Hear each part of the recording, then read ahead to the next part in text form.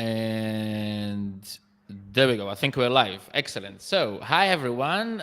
Welcome to a new episode of the Citizen Odyssey. Yes, this is our third episode of our new format with streams where we talk live to various Cosmos and ecosystem community members and projects and discuss their plans, their projects, how they're doing, find out loads of other things. And the only thing is, Elizabeth, I think you need to refresh the page. I'm sorry if there's a technical thing. Oh, okay. Elizabeth is going to join us back in a second. I'm sure about that. But that's not. Just There we you and go. me now. Just you and me, Daniel. We're going to have to entertain everybody. There we go. Elizabeth, welcome back. There we go. I think it's all good now. So, guys, let me go to you. So, Daniel, Stakefish, Elizabeth, Figment. Hi, guys. Welcome. Hello. Nice to be here. Hi. Yeah. You guys, thanks for having me. You guys don't seem that excited. Come on, where's the excitement? Come on, it's not that bad. Come on. I don't have a sick audio set up like you do. Maybe that's not communicating well. No, it's all good. It's all good. How you guys doing? How's your day going? How's plans for the day? The work is going well. Everything is going good. Yeah. Okay. Maybe we could just do quick intros for maybe yes, if your audience please. Well, but I'm Daniel. I head the protocols team at Stakefish. We're a validator, also on many Cosmos SDK based chains. Yeah, I've been with Stakefish for about 2 years. 2 years now. So. And how's it been going over those 2 years? You're happy with Stakefish? Yeah, it's exciting. I really I chose to work at a validator because of the type of impact that we can have in the direction of these chains from a governance perspective and ecosystem initiative one. I think there's a lot of really interesting and exciting improvements that we can make from our experience running these networks, even beyond Cosmos, that we can apply those lessons to. So awesome. There's a lot of interesting stuff that we're doing.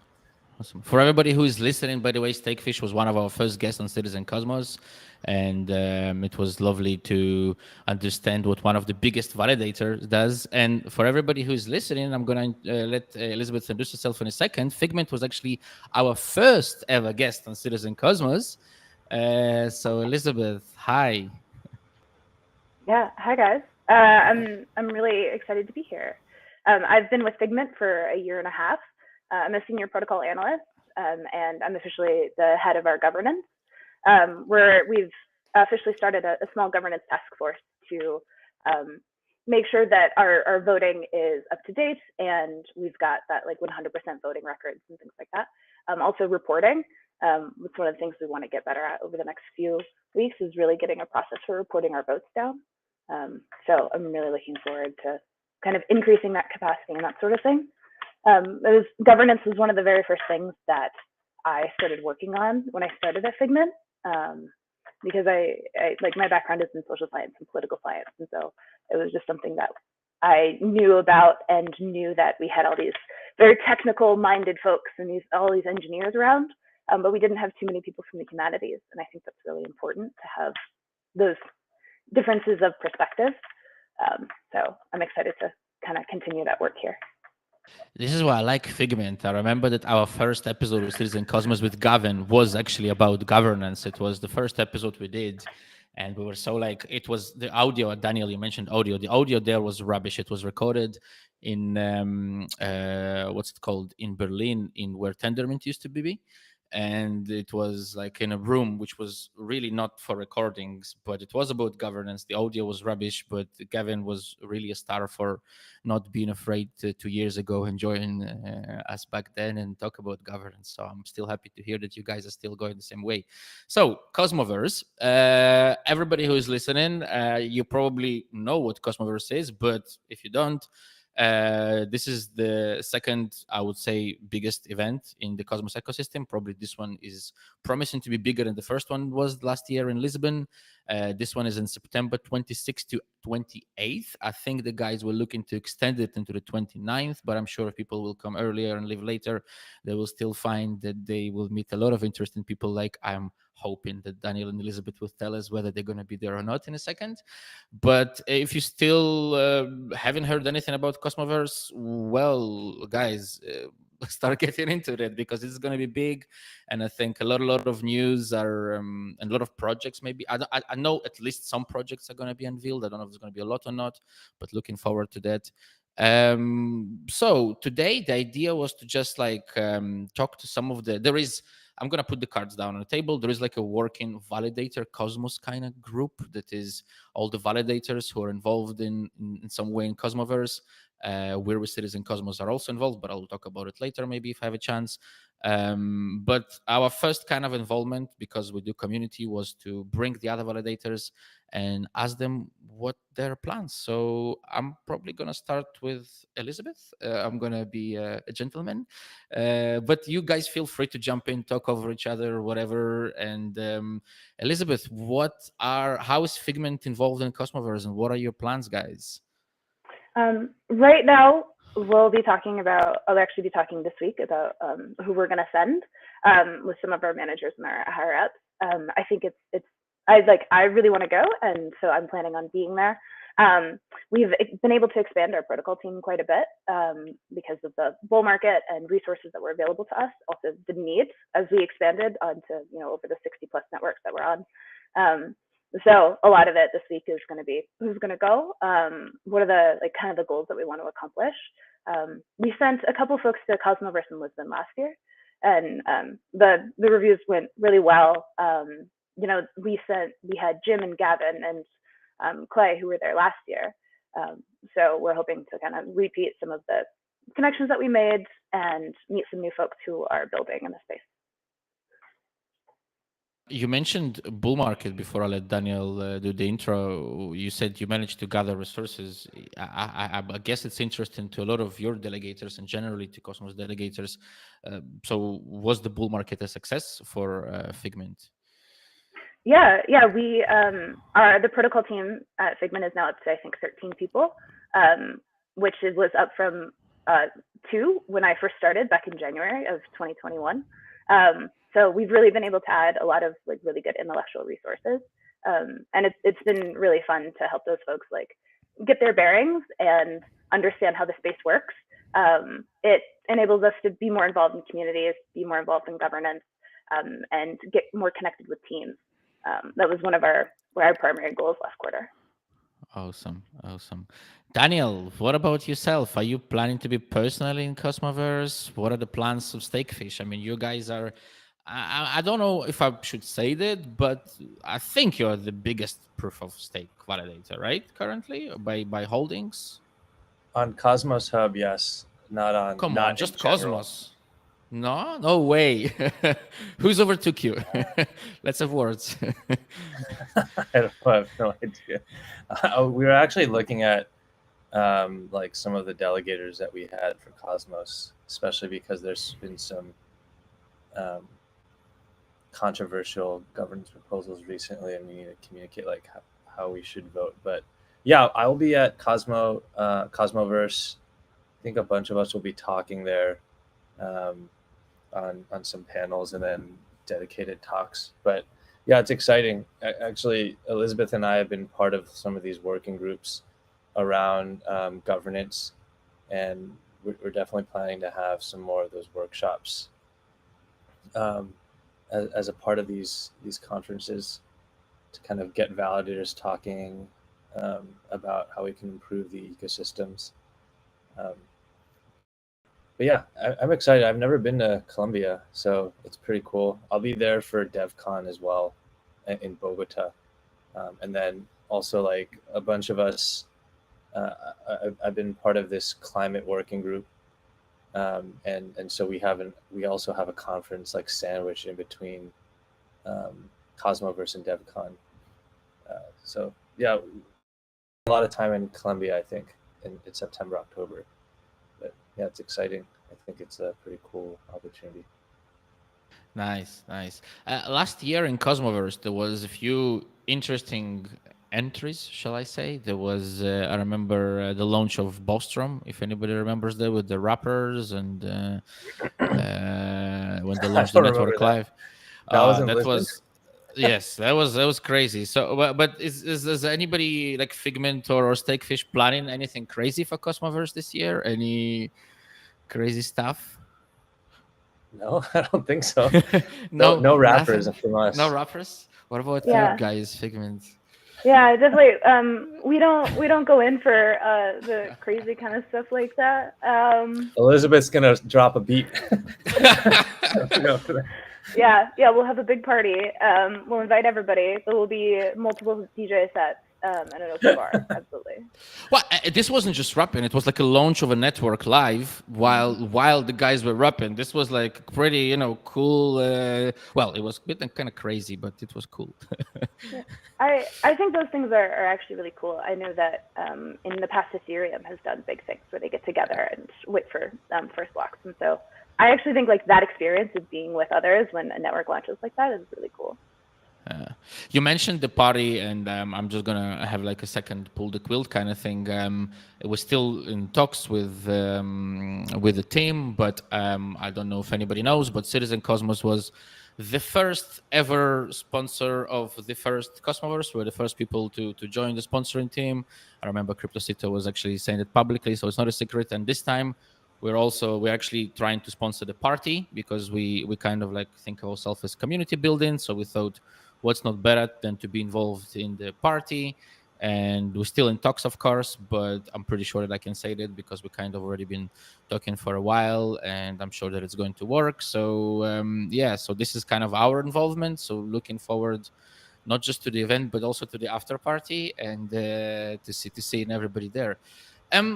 Do you guys, in terms of like, let's talk a little bit more, maybe like serious. I don't know if you would like that, of course, or not, but in terms of like validators, of course, like Stakefish, Figment, for you conferences in general, not necessarily Cosmoverse one, what kind of value can you explain to your delegators? Because obviously people delegate to validators, and validators going to conferences use the money that they earn from commission, right? I mean, in a sense.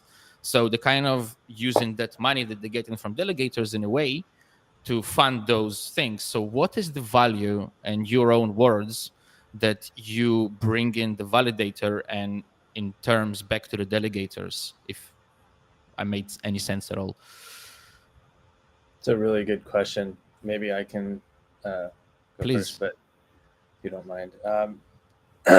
So more recently, and I think it was actually from the beginning, we had started this.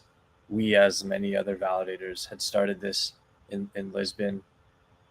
No, actually, we started in New York, at the Mainnet conference, where there's this kind of to add some context or color, there's this ethos of decentralization and non-collusion that we had like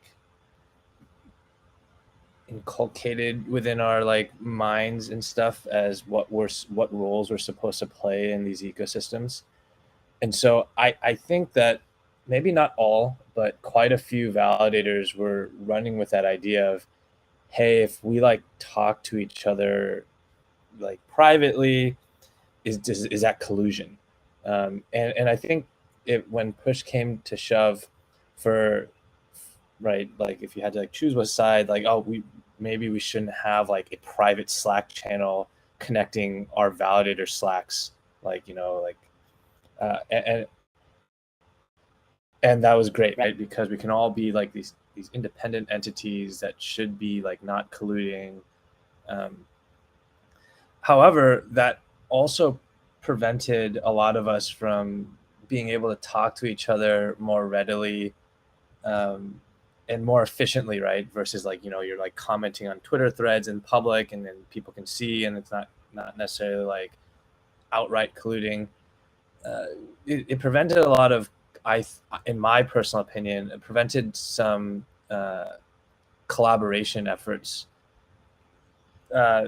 from like from how I was looking at it, because like if you're not talking, like at least with like the way I like to work, if you're not able to like chat quickly, right? Let's say like a Telegram group chat or like a Discord or like something like that.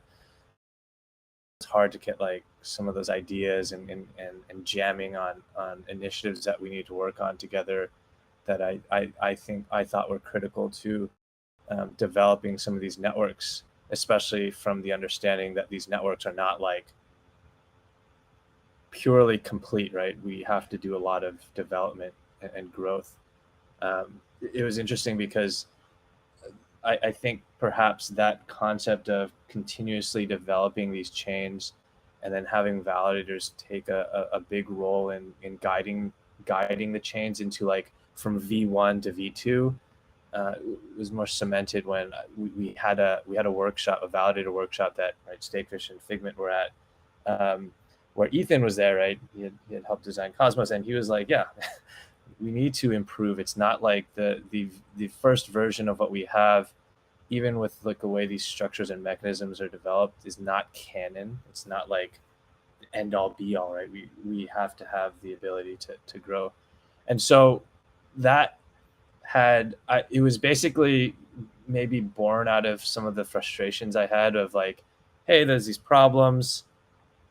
We're not able to communicate these problems with each other very effectively or seemingly collusively.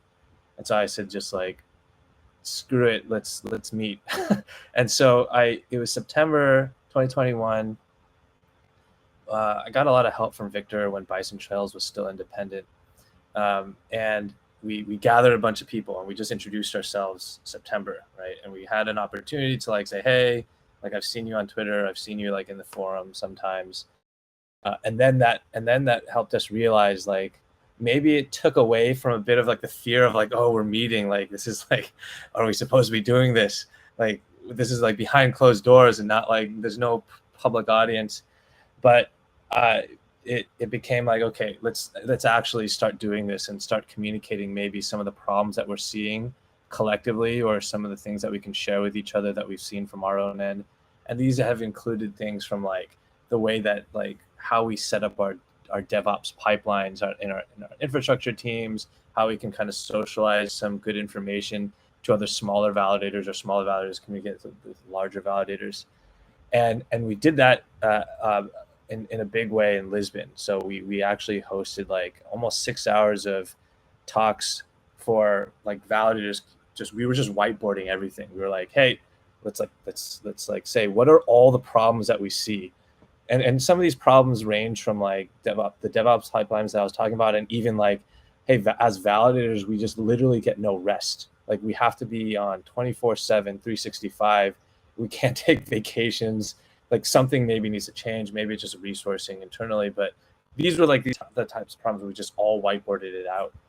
And then we just started making this kind of like a regular cadence when there are these larger conferences where we can say like, hey, where a lot of us are meeting already.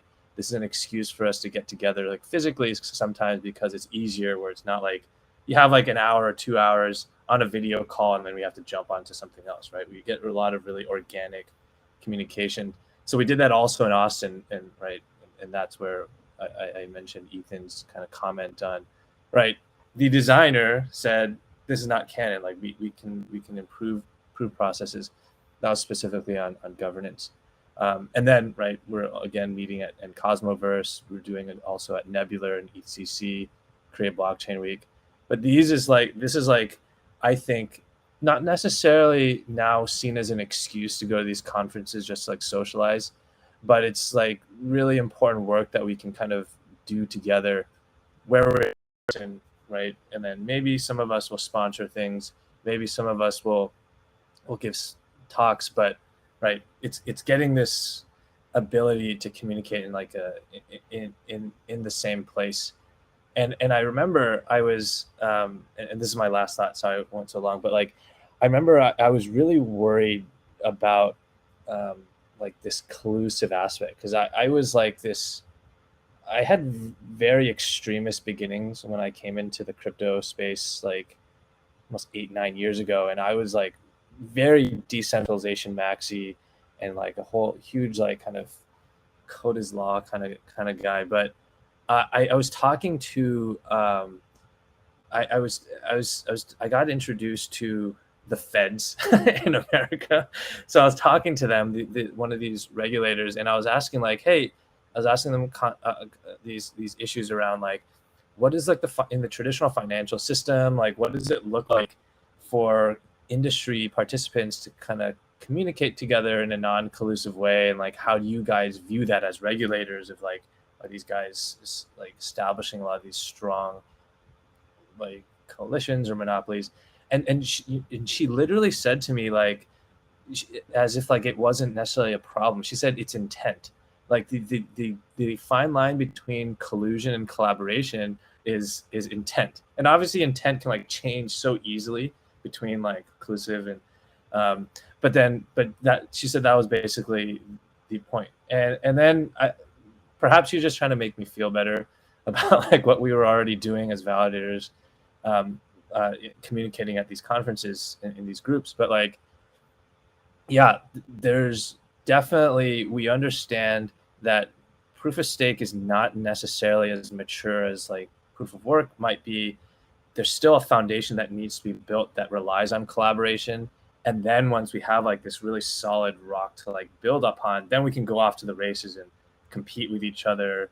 We can like, you know, make sure we don't collude with each other and all that. But I think collaboration right now and using these conferences as places where we can meet in person now that the pandemic is kind of winding down, is an excellent place to and justification for us to kind of use some of our resources, because that's work that we need to do. That's a long, no, it was good. It was good, but could I summarize it? If you tell me if it's correct in one word: efficiency. Yeah. Efficiency and effectiveness. Okay. Of being able to get these goals. I think that's cool. Like, I think that's really important, right? To understand that what you guys are doing really comes together. And like you said, we're still like so far away from proof of work where they are, not in the years existing, but in development. So yeah, and there is a lot of the layer zero, the people that still have to be involved. So yeah, cool. Thank you for that, for those thoughts, Daniel. Well, that's where we use our money. Some of our money. Where's the money? Elizabeth, what about you guys?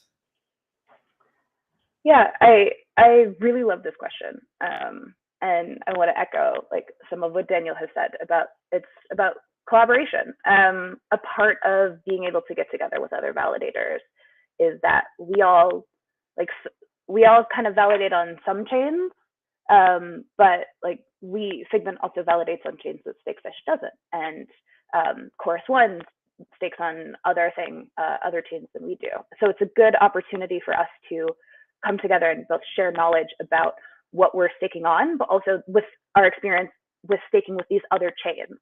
It's very much so like the theory of the strength of weak ties, in which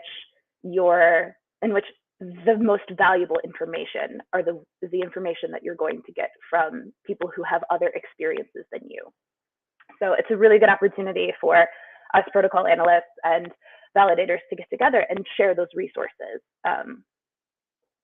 Validators are this third party. You have chains, you have these networks, you've got these chains, you've also got these foundations, and then you also have DAOs who are now building on these chains themselves, right?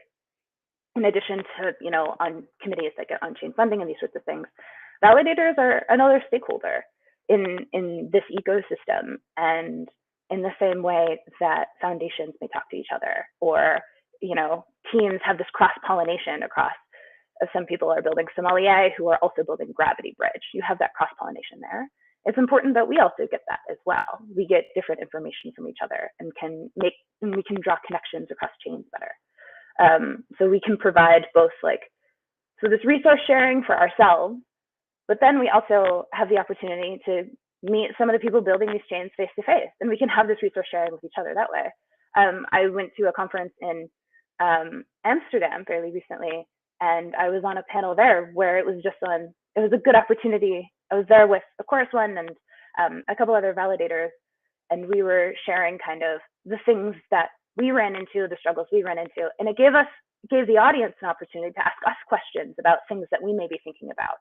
So it's an opportunity for like other teams and people building these protocols to ask us questions, to register things that we may not have thought about before. Like there was a really good question about liability. When a decision is made on a protocol, like via governance, and we vote on it, what's our responsibility? And that, like, if the governance proposal goes wrong, it gets implemented, there's a big hack, something happens, what's our responsibility as a validator who voted yes on that proposal? What's the liability there? It's something that we hadn't thought about before, and it was a really excellent question to raise. And it also gives us the opportunity, that gives them opportunity to raise like important value to us that we may not have thought about, and same vice versa. I had a few folks come up to me afterwards who said that it was a really awesome opportunity to hear from validators, like what our concerns are.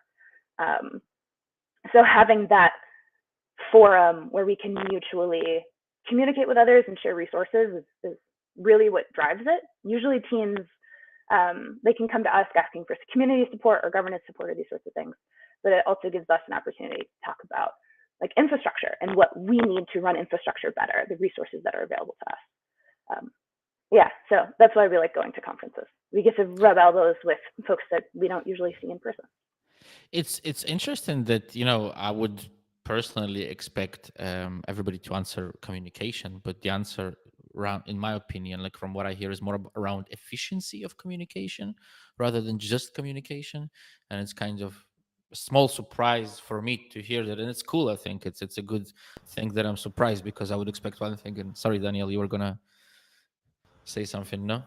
Oh, I'll continue. I was going to say something after you finish. No, go on. That was the thought. I was going to move to the next question.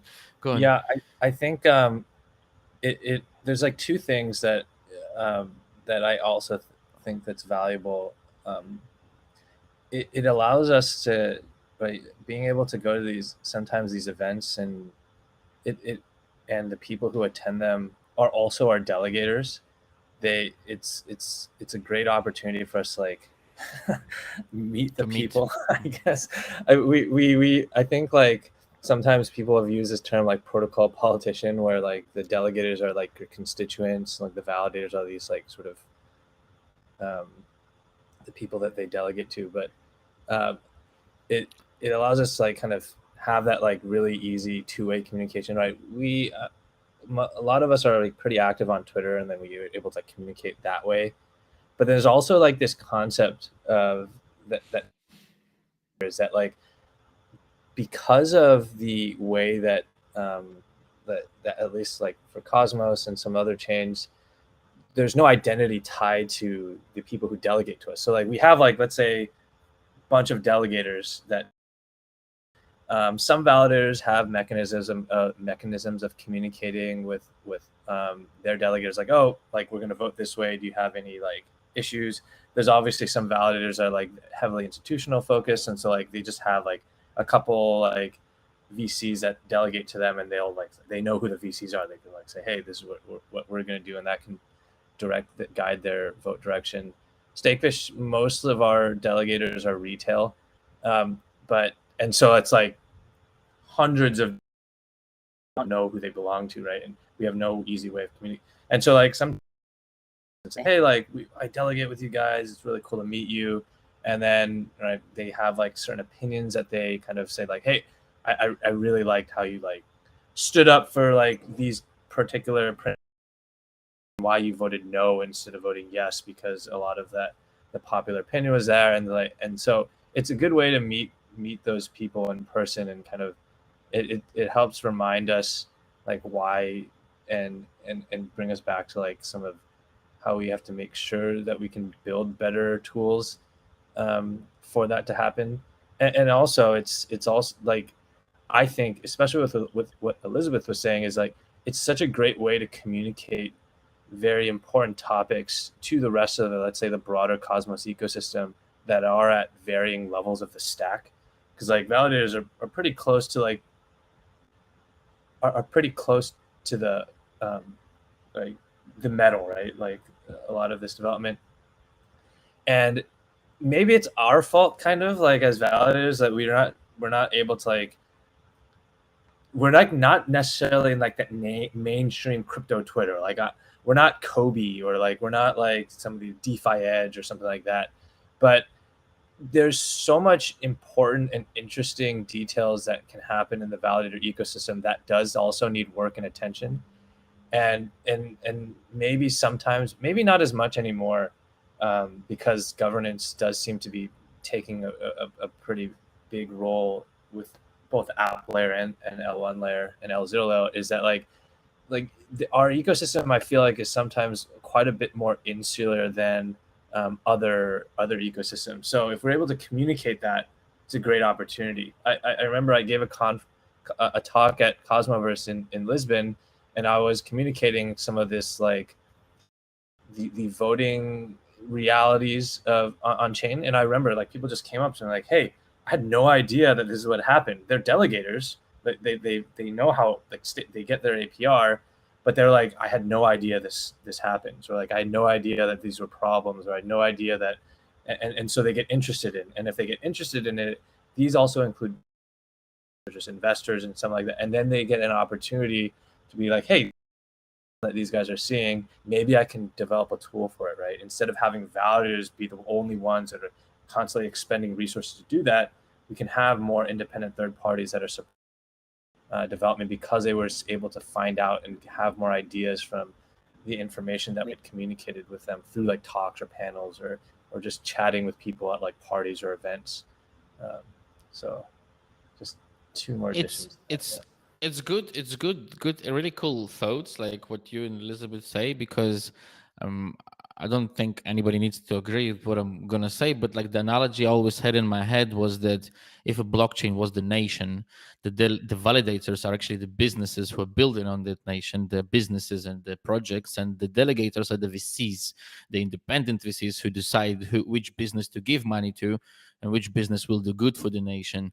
And I'm going to derive my next question for it. So it doesn't matter if you agree with the analogy or not, but I'm going to go with Elizabeth's like thoughts. And that's kind of like a little bit to there and what you added, Daniel, as well, with liabilities.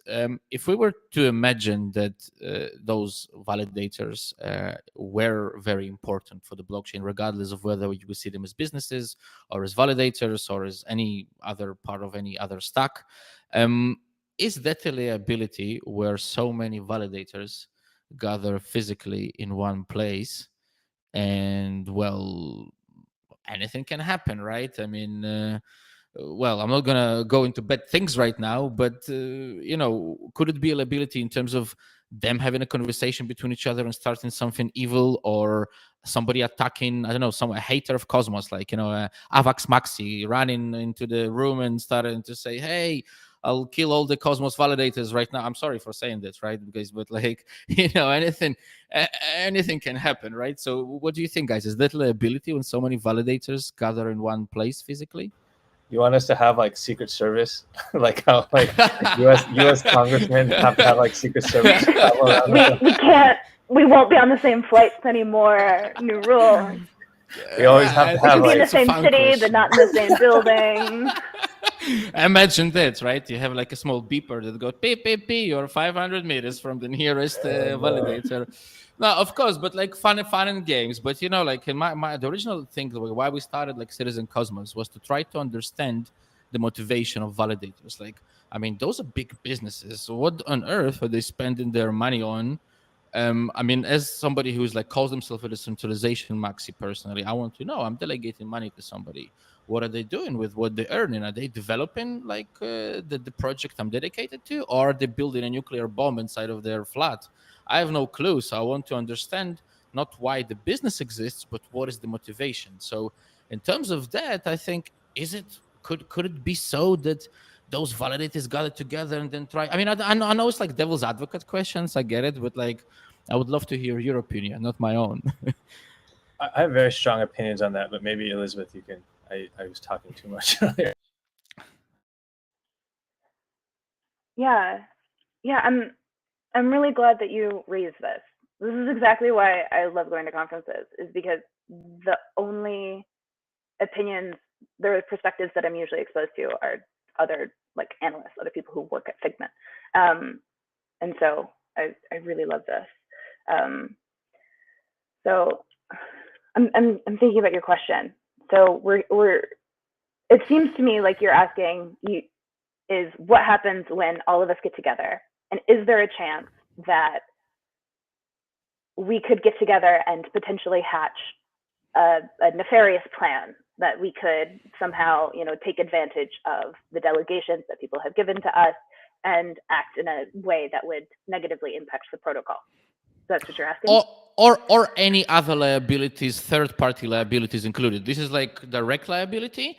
I'm saying this and anything crazy like AVAX decentralization, AVAX Maxi right into the room and saying, I'll kill all of you guys because you're not validating AVAX and you're validating Cosmos. Yeah, Sorry. so it's okay. Yeah, when we get together, first, we're usually talking about things that we've noticed across chains. And like one thing that Dan and I are working on right now is kind of talking about standards for reporting in terms of governance and in terms of voting there. So it's more about keeping each other in check and providing a way for, to me, it comes from like this consumer protection aspect of it, of these we say that delegators should, do their own research and pick the validator that's within their own best interest. But we know from normal like social science researchers that people probably aren't doing that. I haven't done, studies with our actual delegators to know if this is true, but I just have a hunch that people probably aren't doing that. They're probably not going to do due diligence on their validators. And so to me, being able to get together with other validators and say, hey, we've noticed this behavior. We're not sure if that's okay. We're like what's going on here? Can you tell us more about, the way that you're approaching these problems? Is an opportunity for us to say, this is kind of the role that we think validators like us should take, what can we do to help you improve some of these, standards and things like that. It's less about getting together and hatching some suspicious plan and more about refocusing on the protocol itself and realigning on, we want this to last a long time. We're all here because we think it's going to last a long time. And what are the things that we can do within our layer of expertise in terms of providing infrastructure, providing security in order to continue that to happen? That's the way I approach it, is what can we do to protect each other and call each other out in order to make sure delegators have the best options available to them. So they can use heuristics, but better heuristics, not just a logo, not just a name. They're like, oh, I've heard of, this one before. I guess I'll just pick this one. And it's a way for us to be able to say, actually, here's this ecosystem and here are metrics that you can gauge validators on. So you don't have to do the research. You just have to see, hey, have they reported on the last 5 governance proposals? Do they do this on a weekly basis? Do they have a way? Is there an email? Is there a Telegram channel? Is there a way that I can contact them if I have any questions? These sorts of things. So it's less about like uptime and, flashing and things that might be a little bit more difficult to discover. So that's how I see it, is like a check on each other and make sure that we're all kind of playing by the same rules. Yeah, Daniel? that it's checks and balances are, I think, incredibly important to maintain decentralization. I also think that validators have a very important role to play in being able to check and balance against these central foundations that have been the ones that launched these chains. There have been definitely quite a few examples, specifically in the Cosmos realm, that did display a lot of this, of this includes responsibility and I think Elizabeth talked a little bit about this earlier with like liabilities of like who's responsible if certain things, we had voted on certain things or pushed code into these live production environments and things got screwed up. That is important. I also think that if we just kind of look like a little bit further down the road and see like what the goals of these chains are supposed to be working and or being built towards, I mentioned earlier that like validators do have an opportunity and maybe even, in my opinion, the responsibility to be like stewards to guide these chains to that goal. And if this one like milestone along the way to the success of this chain to be used as it kind of was imagined to be in its white paper or however it got launched, is that you would essentially want to see something like these foundations disappear, or right, because and it's going to be right this decentralized network of operators that are going to be running this chain. It's similar to how like MakerDAO had decentralized. Same with how 0x protocol had decentralized, at least on the app level, and give up their kind of decision-making power to the community. And this community now, in Cosmos, it's a bit different because we are limited to a certain number of validators. But we as the validators are the ones that are inheriting the chain from these central foundations, and we along with obviously like literally the stakeholders are supposed to be we have this now like plopped on our laps. I think maybe the idea, or many validators did not realize the amount of responsibility or even the agency that they have to kind of make these types of decisions when we communicate with each other. And perhaps that has partly been our faults, like a lot of our validators' faults, to be like, hey, right, we were acting in a particular way for such a long time.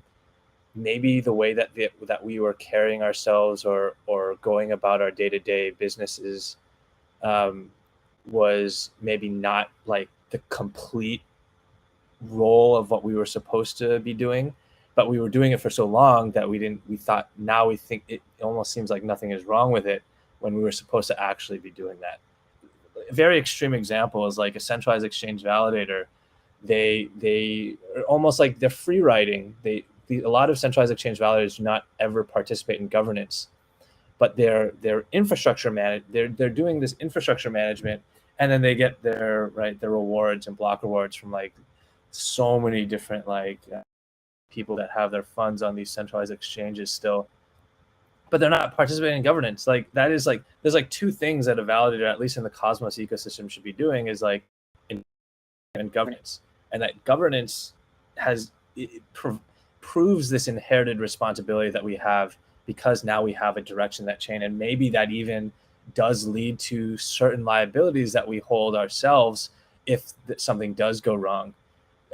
Chris Remus, who started Chainflow, another validator, had written an amazing article called The Rise of the Activist Validator, where he was communicating this concept of these centralized foundations being this sort of like, I guess, like this I imagine it as like this kind of octopus where there's like this one head and there's many legs, and the octopus is the head that controls how the legs move, right?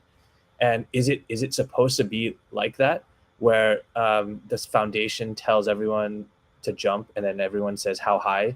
Or are we supposed to actually be a check and balance against what the foundation wants, because we are now like supposed to be moving towards that supposed progressive decentralization? So I really do think that validators have a lot more agency than they realize, and we are supposed to be taking this responsibility of helping guide these chains,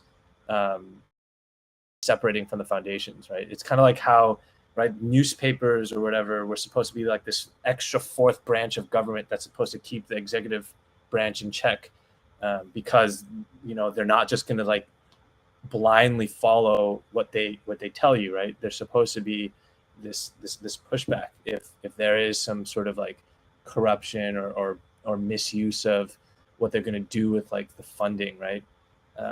So yeah, I really do think that validators have that agency, and then they should be this strong check and balance against centralized foundations, because we're going to be like adopt like these chains are going to be run by us.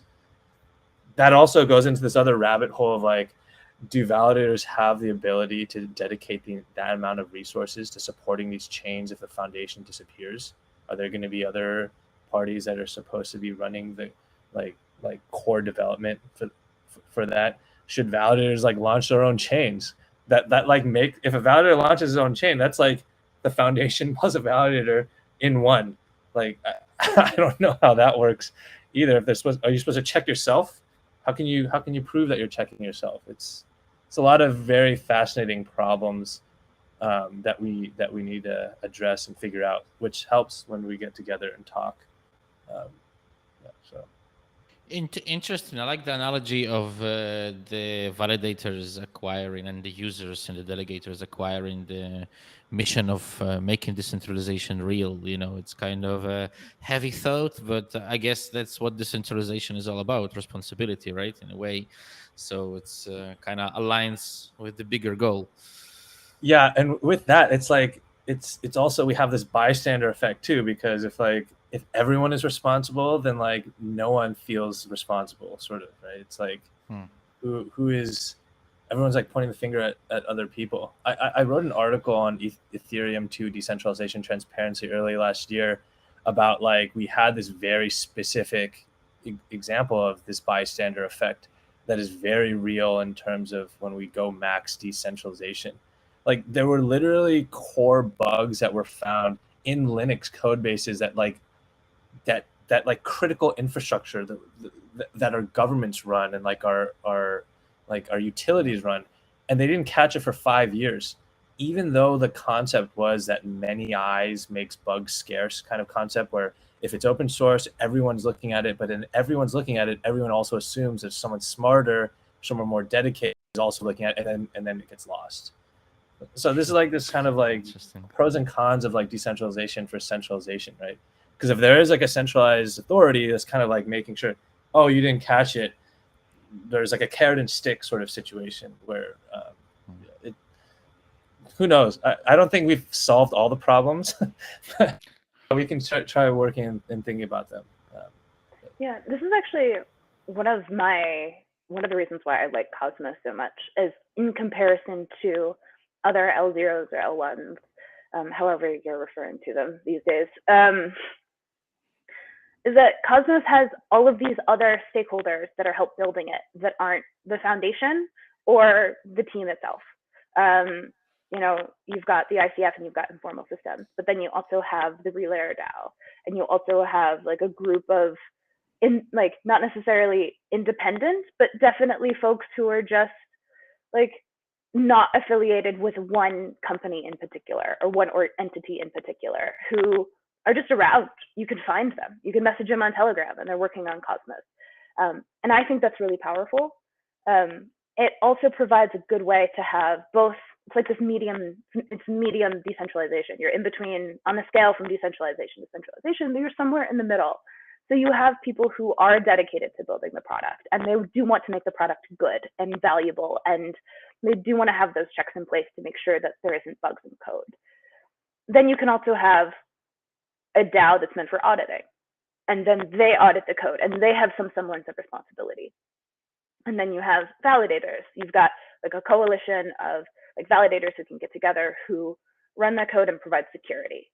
And then you have a group of people to do all of these other things. And so there you still have these you've got clear lines of what responsibility is, but it's still decentralized.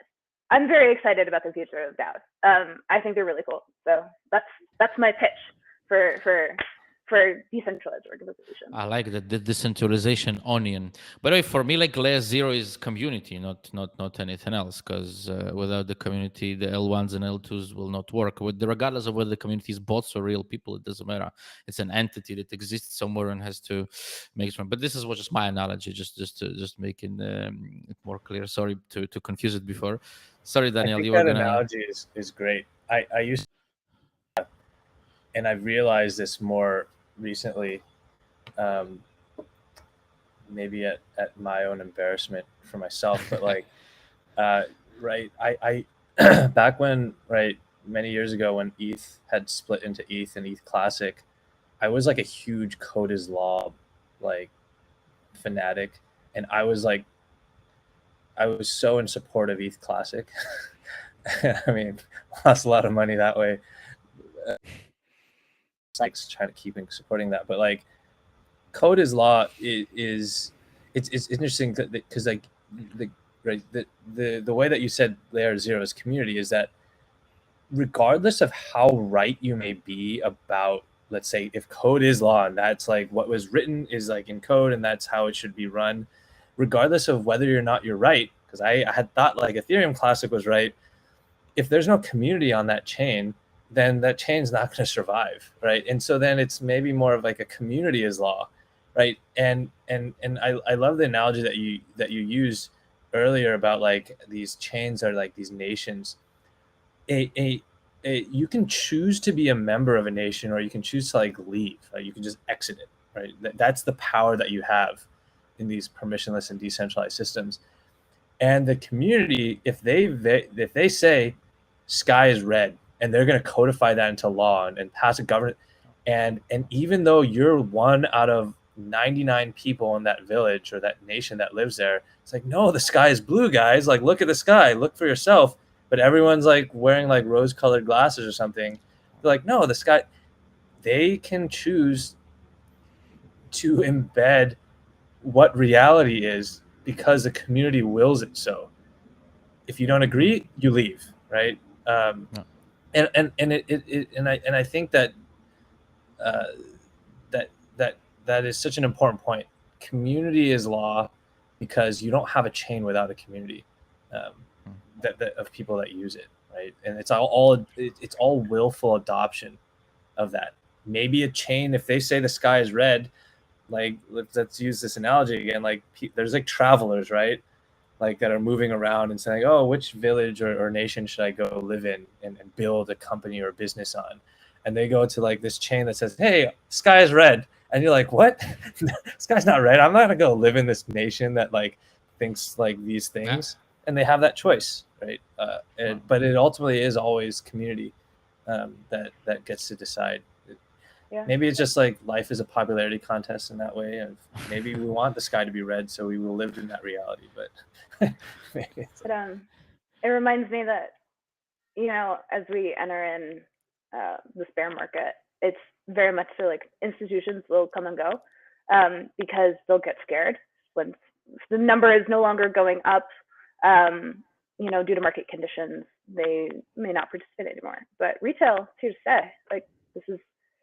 The community shows up because this is what if we're going to have digital assets anyway, let's build them in the design that we want them to. We're very much so here for the technology and the potential, and not necessarily just because the numbers go up. And I think that's really powerful. For sure, yeah, definitely. Demand is low in that sense, right? If there's demand for the red sky, then it's gonna be a red sky. Guys, I see that. I mean, I have so many questions that are written down, and I know that I will not be able to ask them. So I'm gonna ask like one last easy question, and it's also for you delegators and in terms of Cosmoverse. Are your validators in terms of stakefish and figment planning any surprises for the delegators in relation to Cosmoverse? Should people who delegate into stakefish or figment expect something, I don't know, or anything, a t-shirt, or you don't have to say what it is. A t-shirt was just like whatever. I'm gonna put a full stop, sorry, to the question. I mean, yeah, we got some stuff. If we told you, it wouldn't be a surprise. So there is something to expect from both, from Figment and from Stakefish, right? As far as cool. We are also planning something, so we're still in the works, but also so. Guys, do you want to add quickly anything else before we like go? We still have like two minutes, but to add anything else in terms of Cosmoverse and the validators? I just want to be clear. We're as far as I'm aware, we're not planning anything. I just want to be clear. We might be, okay. But like if we do, I'm not aware of it. So let's be clear. Probably not. Okay. I think a point is like, and they are delegators.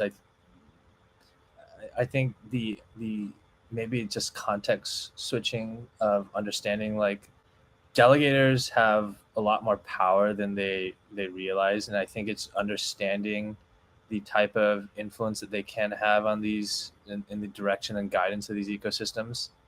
I think a lot of people just kind of like deposit their money and then that's their prerogative, right? And then they don't think about it, but they really do have, right, a lot of say, because at the end of the day, it's not just you making rewards and providing security to the system, but then it's really truly, at least on Cosmos, power of the vote or of your voice. Yeah. So. Thank you for that. Elizabeth, did you want to add anything as well to the finish? I want to echo what Dan said. We get emails and people DM me, and I see those. I see like if you send us an email, I probably saw it. And I do my very best to get back to you folks. Just the channel of communication is always open. We always want to hear from you. We've got a Telegram channel. I'm around. You can find us. I'm always happy to listen. Guys, just again to whoever who's listening or the recording or live, doesn't matter. I don't think there's many people listening live right now, unfortunately, but we will be spreading this recording. And so if you're listening, Cosmoverse, this was Daniel from Stakefish, Elizabeth from Figment. Do join, if you still don't know when it is, it's in September in Colombia, in Medellin, 26th, 28th, maybe 29th of September. And it's promising to be a lot of fun. Daniel and Elizabeth, thank you very much for joining. Don't hang up just yet, please, because I'm going to press stop in a second. But thank you very much for your time. And thank you very much for those opinions. This was really, really cool. Thank you. Ciao.